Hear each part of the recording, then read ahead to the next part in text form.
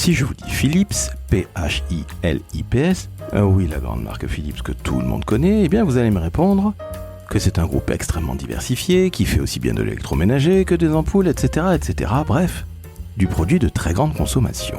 Eh bien, je suis désolé de vous dire que depuis une quinzaine d'années, le groupe Philips s'est totalement retourné et que cette marque s'est totalement repositionnée. Alors, vous les auditeurs du Décodeur, vous avez énormément de chance puisque Anne-Lise Soleil, directrice de la communication et des relations médias chez Philips France, va tout vous dire sur le repositionnement de cette très belle marque séculaire et vous serez plus que surpris par le nouveau métier de Philips. Je ne vous en dis pas plus, mais je vous laisse découvrir cette première partie passionnante en compagnie d'Anne-Lise. Et quant à moi, je suis toujours Laurent François, fondateur et dirigeant de l'agence Maverick. Très très bonne écoute en compagnie d'Anne-Lise Soleil, DIRCOM de Philips France.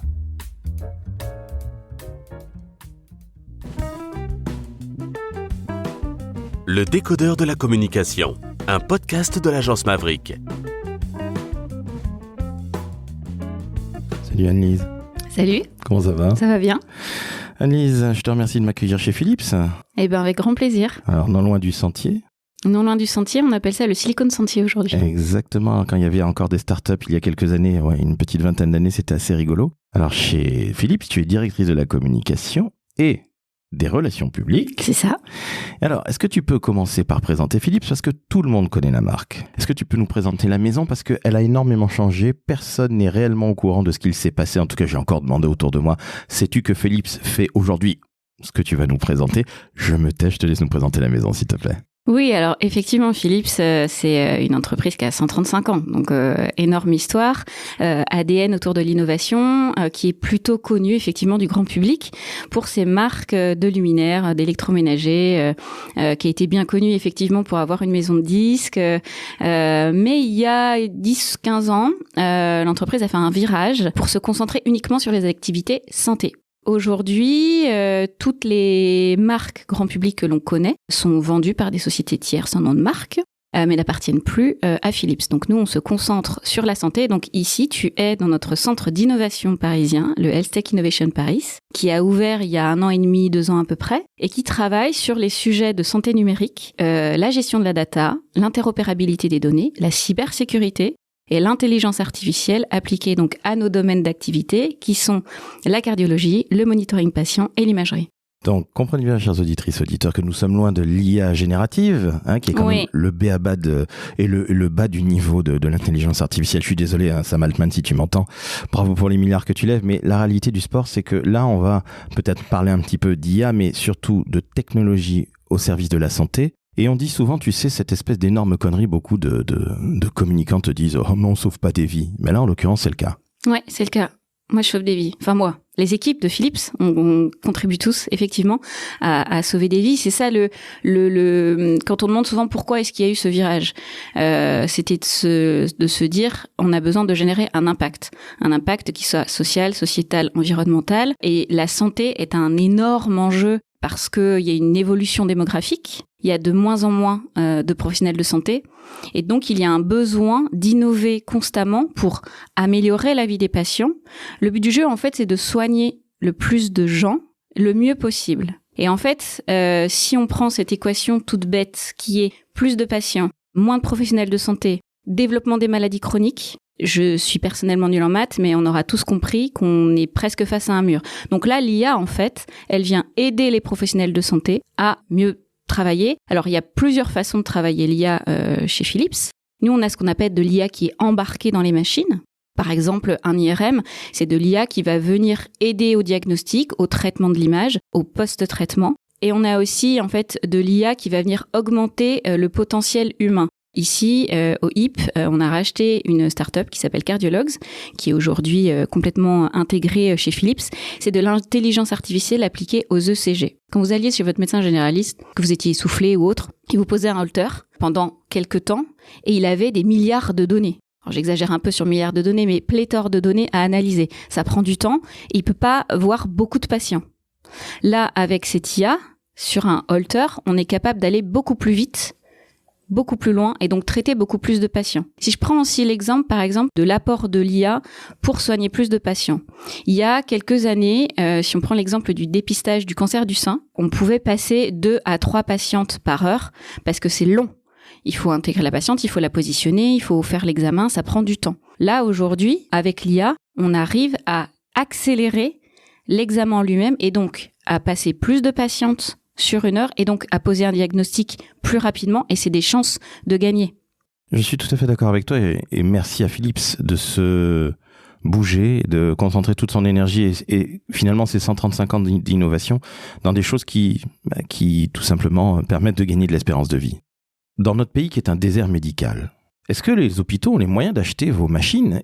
Oui, et heureusement, en fait, effectivement, il y a, c'est vrai, une raréfaction de l'argent public, le système de santé va pas bien, les hôpitaux sont en déficit, mais moi je voudrais quand même dire que je suis très attachée au modèle français. On a énormément de chance de vivre dans notre pays parce qu'on est soigné, on est bien soigné en France.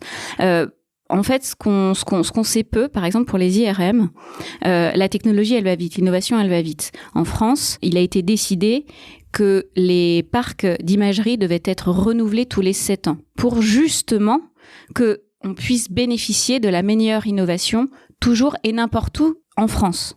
Ce qui sous-entend que vous habitez dans la région PACA, vous habitez dans la région de Nord. Alors ça résout peut-être pas l'équation de arriver à avoir un rendez-vous. Mais en revanche, quand vous avez un rendez-vous, vous êtes sûr d'être bien pris en charge n'importe où vous êtes parce que les équipements sont performants. Et ça, en fait, c'est quand même des politiques publiques. Tous les ans, il y a le PLFSS, le projet de loi de financement de la sécurité sociale. Alors, rien n'est parfait. Là, je parle pas en nom de Philips, je parle au nom de Anne-Lise.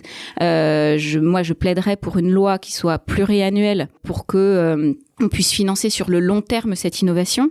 Le financement de l'innovation est une question qui est centrale, notamment parce que l'innovation grandit, il y a de plus en plus d'IA techniques, l'IA elle est protéiforme. Moi j'ai l'impression que ça devient presque un mot galvaudé parce que tu parlais tout à l'heure de ChatGPT, mais une IA qui va prédire, qui va vous aider à faire un scoring pour que vous tombiez pas malade demain. Bon, elle a quand même plus de valeur. Et en fait, cette IA-là, comment est-ce qu'on la finance in fine pour les hôpitaux ? Mais ça, c'est une vraie question à laquelle moi, je peux pas répondre parce que c'est quand même entre les mains des pouvoirs publics. Mais il y a effectivement une urgence à repenser le modèle de financement et l'une des réponses à mon sens, et c'est aussi ce qu'on fait chez Philips, c'est ce que porte Virginie Gervaise, notre présidente, c'est d'aller vers plus de prévention. Qui sont les clients de Philips aujourd'hui ? Alors, ils sont divers et variés. Ce sont les hôpitaux de santé, donc il y a public et privé, les cabinets d'imagerie, les CH, les CHU.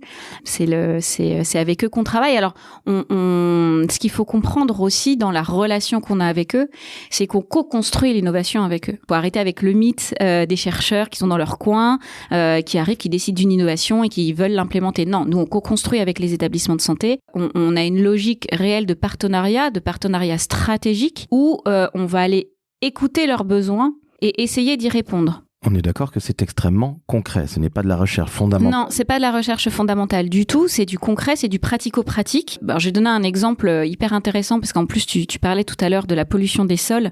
On a un partenariat stratégique justement avec le CHU de Rennes qui est hyper intéressant, où eux ils se sont posé la question à un moment de se dire comment est-ce qu'on fait pour intégrer dans la démarche médicale les sujets d'éco-responsabilité. Un chiffre hyper intéressant, c'est que si on prenait tous les systèmes de santé dans le monde, on serait le 4e pays le plus pollueur derrière l'aviation. Ça alors, comment se fait-il ? Comment se fait-il un IRM, ça consomme énormément d'énergie. Quand vous êtes au bloc, vous avez énormément de consommables à usage unique. Le fait de renouveler les draps, les choses comme ça, enfin c'est énormément soit énergivore, soit polluant, etc. Et donc le CHU de Rennes s'est posé la question de dire comment est-ce que je peux moi être plus vertueux dans ma pratique médicale. Donc on a travaillé avec eux et on a Mélissa Vincent qui est notre responsable des programmes RSE chez nous qui a travaillé avec eux pour étudier la consommation énergétique de leur salle interventionnelle, de chirurgie interventionnelle, pour voir comment est-ce qu'on pouvait réduire l'impact énergétique de fonctionnement de cette salle, mais aussi comment est-ce que nous, on pourrait pas optimiser nos propres équipements Et comment est-ce que derrière, on va aller impacter toute la chaîne de valeur. C'est-à-dire que on a la chance chez Philips d'avoir 2 usines de reconditionnement en Europe, une usine de reconditionnement pour les IRM et les scanners à Eindhoven, et une usine de reconditionnement pour les équipements de monitorage à Böblingen. On est capable aujourd'hui de revendre des appareils qui sont reconditionnés, donc qui sont moins énergivores, moins coûteux, et on est capable d'aller voir nos fournisseurs, d'aller les auditer pour comprendre comment eux-mêmes travaillent sur leur propre chaîne de valeur pour créer cette espèce de cercle vertueux, je dirais, pour embarquer tout le monde, parce qu'on peut pas faire de la RSE seul. Donc j'ai donné du coup 2 exemples en un, mais c'est la façon dont on travaille avec les établissements de santé. Vous avez une problématique, comment est-ce qu'on y répond? Et en fait, on crée de la valeur parce qu'on se nourrit l'un l'autre finalement. Ça veut dire que ta chaîne, elle est très vertueuse, non seulement évidemment pour le client, disons les choses très clairement, et bien évidemment avec les partenaires, que certains vont appeler des fournisseurs. Mais j'imagine que lorsqu'on travaille avec Philips, c'est plutôt un travail de longue haleine pour justement avancer main dans la main et pour faire bouger les choses sur du long terme et non pas pendant 2 ou 3 années. Donc finalement, on est très très loin de cette durabilité, comme on l'appelle aujourd'hui, ou de cette RSE ou du développement durable, comme on disait il y a 20 ans, qui est un peu pipeau bimbo, qui est un peu du greenwashing. Là, on n'est pas là-dedans. Hein. Là, on n'est pas du tout là-dedans. On est sur une vision qui est très long terme. Et pour le coup, chez Philips, je pense que l'entreprise a été... alors j'ai envie de dire visionnaire, mais même pas. En fait, ils ont décidé d'aller là-dedans très vite. On est neutre carbone depuis 2020. Donc pour une industrie comme la nôtre, on est très très en avance.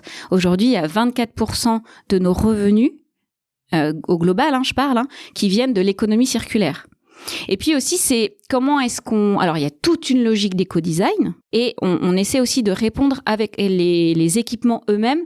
Comment est-ce que nous, on prend notre part sur l'impact environnemental du système de santé? Si je prends l'exemple des IRM. Pour faire marcher un IRM, il faut 1000 litres d'hélium. L'hélium est en train de devenir une denrée rare. On a conçu un IRM qui fonctionne presque sans hélium. Il faut plus que 0,7 litres de fonctionnement. Et on est même allé beaucoup plus loin. C'est-à-dire que, alors là, on va rentrer dans la technique que je maîtrise un peu moins, mais la philosophie est là. C'est l'aimant qui permet justement de faire fonctionner l'IRM et qui, avant, était changé, alors que ces aimants-là, en fait, ils peuvent fonctionner à vie. Nous, ils sont scellés. Ça répond à plusieurs problématiques. Premièrement, effectivement, l'impact environnemental qui est moindre. Et deuxièmement, ce sont des équipements qui sont plus petits, qui sont plus faciles à installer. Donc si vous allez dans un hôpital qui a des contraintes de bâtiment, vous répondez aussi à une nouvelle logique. Et ces appareils-là, alors bon, IA embarqué, etc. Et enfin, moi je trouve ça révolutionnaire, c'est génial. Je le dis toujours à mes collègues, j'adore moi tout ce qui est industriel. Et là, on est dans une industrie qui est lourde, et celle de la santé qui puise avec, tu viens d'en parler, des problématiques RSE qui sont très concrètes. Quand tu me parles de 0,7 litres d'hélium versus 1000, vous avez divisé par plus de 1000 la capacité, la consommation d'hélium. Donc très clairement, là, on est sur quelque chose de très très fort, et on n'est pas sur les rapports développement durable ou RSE débiles de beaucoup d'entreprises, que je ne vais pas mépriser, mais qui me fatigue à nous parler de GES, à très juste titre, mais ça va, les plans 2050, les plans 2030, ça me gonfle, très honnêtement. Là, on est dans du concret. Mais ça, c'est aussi le côté, hollandais, qui ne plaisante pas avec la RSE. Ouais. 2, qui investit depuis fort longtemps, et tu l'as dit très justement, il y a une autre manière de voir la vie que par chez nous, dans notre pays latin et méditerranéen, et puis à travers le monde. Et puis 3, on est dans l'industrie. Et les industriels ne plaisantent pas. Les industriels savent pertinemment ce qu'ils font. Ils savent qu'ils ont un impact environnemental. Ils ont bien compris que quelque part financièrement, c'était aussi important de décarboner, si je puis dire, leur métier pour prendre le petit bout de la lorgnette et puis aussi pour moins polluer, parce que ce sont tout simplement des gens qui sont investis. Et là encore, comprenez bien, chers auditrices et auditeurs, que lorsque vous travaillez avec un industriel en communication et que vous faites par exemple de la communication RSE, vous allez être très surpris qu'on ne va pas uniquement vous parler de la flotte automobile qui a été renouvelée avec des bagnoles électriques. Il y a certainement de ça, on va dire que des gens viennent en vélo, c'est super, surtout pour des Hollandais, mais trêve de plaisanterie, je me moque un petit peu, je suis un peu dur, j'ai la dent dure contre tout ce greenwashing que je ne supporte pas, mais la réalité du sport, c'est que là, vous venez de voir ce qui se passe réellement en termes de RSE, et je dis bravo à Philips. Toi, en termes de communication, c'est quoi ton quotidien? Alors évidemment, ton quotidien n'est jamais le même, j'en conviens parfaitement, on le sait tous, mais tu viens, Annelise, de l'industrie de la santé, tu es passé par Smith & Nephew. Ouais. Là, tu te retrouves chez un industriel. Qu'est-ce qui change très concrètement? Et puis, c'est quoi tes actions de communication? Parce que très honnêtement, j'ai du mal à les percevoir. Nous sommes tout oui, parce qu'on voit toujours, tu sais, des espèces de prix dans la communication avec des magnifiques réseaux de communicants de la santé. Oui, je regarde ça aussi avec beaucoup d'interrogations, les prix, comment est-ce que... Moi, je pense que ce que je fais, ça se voit pas forcément. C'est un peu toujours, c'est ce que je dis à mes équipes, le travail du communicant, c'est un travail de sous-marin. On n'est jamais... on met en lumière et on n'est pas dans la lumière. Concrètement, moi j'ai la chance déjà d'exercer un métier que j'adore et en plus de l'exercer dans une entreprise géniale avec une présidente, Virginie Gervaise, qui est top aussi. Je suis arrivée un peu dans ce nouvel élan chez Philips avec l'ouverture de ce centre d'innovation. Donc moi, mon boulot au quotidien, c'est de repositionner Philips justement au cœur de cet écosystème de la e-santé pour faire comprendre que nous sommes un acteur qui compte, mais surtout que on est un industriel responsable qui veut prendre sa part à la transformation du système de santé. Alors ça peut paraître pompeux quand je le dis comme ça, mais tout ce qu'on a évoqué jusqu'ici, en fait, c'est ça. On vend pas juste des équipements de santé. On est là pour apporter notre pierre à l'édifice, pour permettre au système d'être toujours debout demain et que les patients soient mieux soignés aujourd'hui et demain. Du coup, c'est un job absolument formidable parce que moi, je dois discuter avec les influenceurs du secteur, avec les autres entreprises, avec des personnes comme Paris Santé Campus, avec beaucoup d'entités pour faire émerger aussi le débat autour de toutes ces questions de santé numérique. Il y a quelque chose aussi que moi, j'essaie de travailler beaucoup en creux aussi, c'est comment est-ce qu'on arrive à faire comprendre in fine aux patients, parce que on est censé s'adresser uniquement aux professionnels de santé. Sauf que on parle toujours des patients, mais moi j'aimerais bien leur parler un peu plus aux patients et que les gens puissent comprendre que toute cette innovation-là, elle est à leur service. Justement, je t'interromps un instant, c'est très intéressant parce que pour moi c'était typiquement comme beaucoup d'industriels, quel que soit le secteur, un métier de com B2B. Et d'influence à haut niveau, aussi bien des influenceurs du métier que des parlementaires, pourquoi pas. Et là, on est plutôt dans les affaires publiques. Mais comment tu pourrais communiquer et comment tu communiques vis-à-vis des patients? Est-ce que tu as déjà mis ça en place? Parce que ça fait moins de 2 ans que tu es là aussi, hein, donc ça fait très peu de temps. Qu'est-ce que tu as en tête vis-à-vis de ça? Parce que c'est loin d'être évident.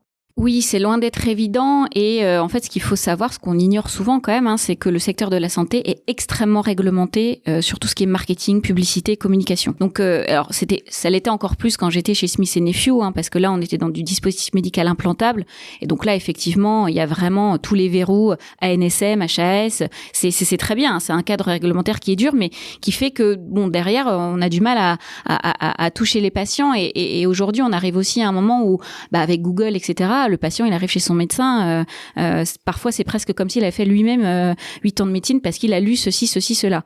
Moi, ce que j'essaye de faire, c'est alors qui est d'ailleurs la deuxième jambe, si je puis dire, de mon travail au quotidien, c'est de travailler avec Virginie Gervaise, la présidente de Philips France, pour aller porter ces sujets et pour en faire elle-même une leader d'opinion sur ces sujets-là, pour qu'on puisse bien évidemment, parce qu'on n'est pas des philanthropes non plus, mais aller adresser nos clients finaux, aller travailler à des partenariats long terme avec les établissements de santé, mais que derrière, il y ait aussi une adoption par les patients de tout ce qui est en train de se passer.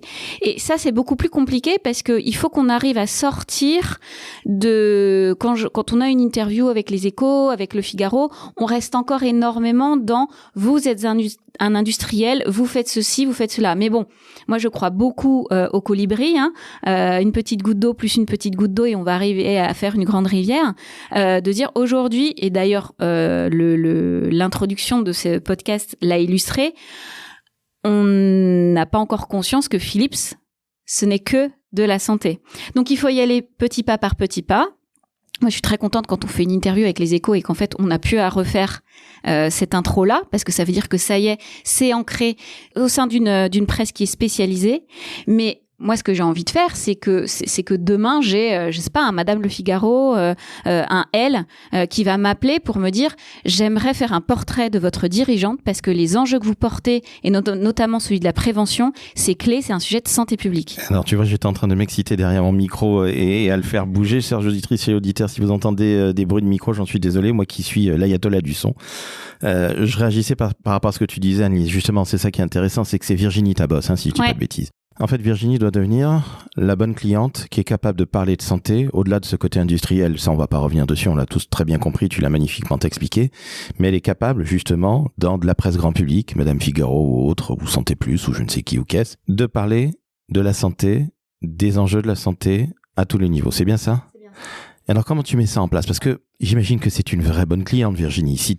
Oui, alors, je sais pas si j'utiliserais ce terme de vraie bonne cliente, mais c'est effectivement quelqu'un de passionné, de dynamique, et elle porte le sujet de la prévention, et c'est un sujet qui est clé pour un industriel, mais c'est exactement comme tout à l'heure le green bashing. On n'est pas là que pour faire du business, on est là pour avoir un impact.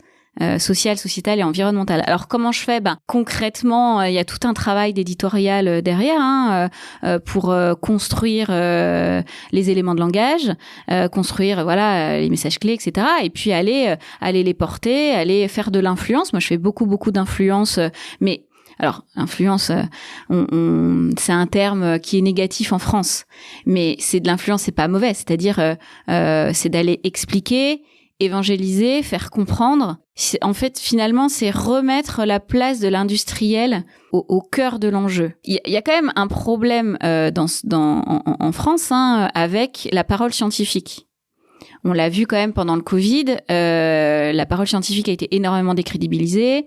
Les industriels de santé, je fais une grosse généralité, mais c'est un peu ça, sont souvent taxés de vous faites de l'argent sur le dos de la santé des gens. Ben non, en fait, c'est pas ça. Et il y a un besoin criant d'aller faire comprendre l'envers du décor. Moi, c'est ce que j'aime d'ailleurs dans mon métier de communicante dans la santé, c'est d'avoir appris c'était quoi l'envers du décor du système de santé. Tous les jours, c'est mettre en place des actions, des stratégies long terme pour, travailler l'image de marque, mais travailler vraiment le positionnement et l'affiner et aller tirer des fils. Là, c'est vrai qu'on est énormément sur des sujets, alors bien évidemment d'innovation en santé numérique, de développement durable et de prévention. Donc, c'est comment est-ce qu'on active tous les leviers autour de ça ? Alors, autant le développement durable, la RSE, il n'y a pas photo. Tu l'as dit toi-même, je pense que le chiffre de 1000 litres d'hélium à 0,7 litres, je pense qu'il parle de lui-même. Entre autres, je pense que ce n'est évidemment pas la seule chose que vous avez fait. Sur la prévention, qui justement là touche le grand public, qui est finalement ce volet qui n'est plus B2B, relativement classique pour n'importe quel industriel et particulièrement vous dans la santé. Et encore une fois, je le répète, c'est vrai qu'on a souvent tendance à considérer que les acteurs de la santé, particulièrement les laboratoires, se font du pognon sur le dos des gens qui sont en train de mourir. Je caricature volontairement. S'il n'y a pas de laboratoire pharmaceutique, je rappelle que nous mourrons tous du Covid. Il n'y a pas de santé, merci. Merci de le rappeler. Et s'il n'y a pas d'industriel comme toi, il ne se passe pas grand-chose. On n'a plus que nos yeux pour pleurer. Et on se retrouve au 18e, au 19e siècle. Donc calmons-nous là-dessus, ça n'a aucune espèce d'intérêt. Mais je reviens à la prévention. Où là tu dis Virginie, elle doit prendre la parole dans ces médias beaucoup plus grand public, pas uniquement sur les Échos, etc., qui sont des médias magnifiques, il n'y a rien à dire là-dessus, mais tu vois, si elle va chez Madame Figaro dont tu prenais l'exemple, ou des médias digitaux, ce sera absolument sensationnel. Mais qu'est-ce que tu mets en place ? Je suis désolé de te titiller, je ne veux pas non plus dévoiler ta stratégie. S'il y a quelque chose de confidentiel, tu me le dis et on passe à autre chose, bien évidemment, Annelise, mais c'est quand même extrêmement complexe, parce que on ne sait pas qui vous êtes. On ne sait pas ce que vous faites depuis 15 ans. Je pense qu'il y a encore des gens qui pensent à Polygram comme moi, mais parce que je suis passionné de musique, donc je suis pas du tout dans le lot, évidemment. Mais je pense qu'il y a encore des gens qui pensent que vous faites des ampoules. Mais parce que la marque perdure.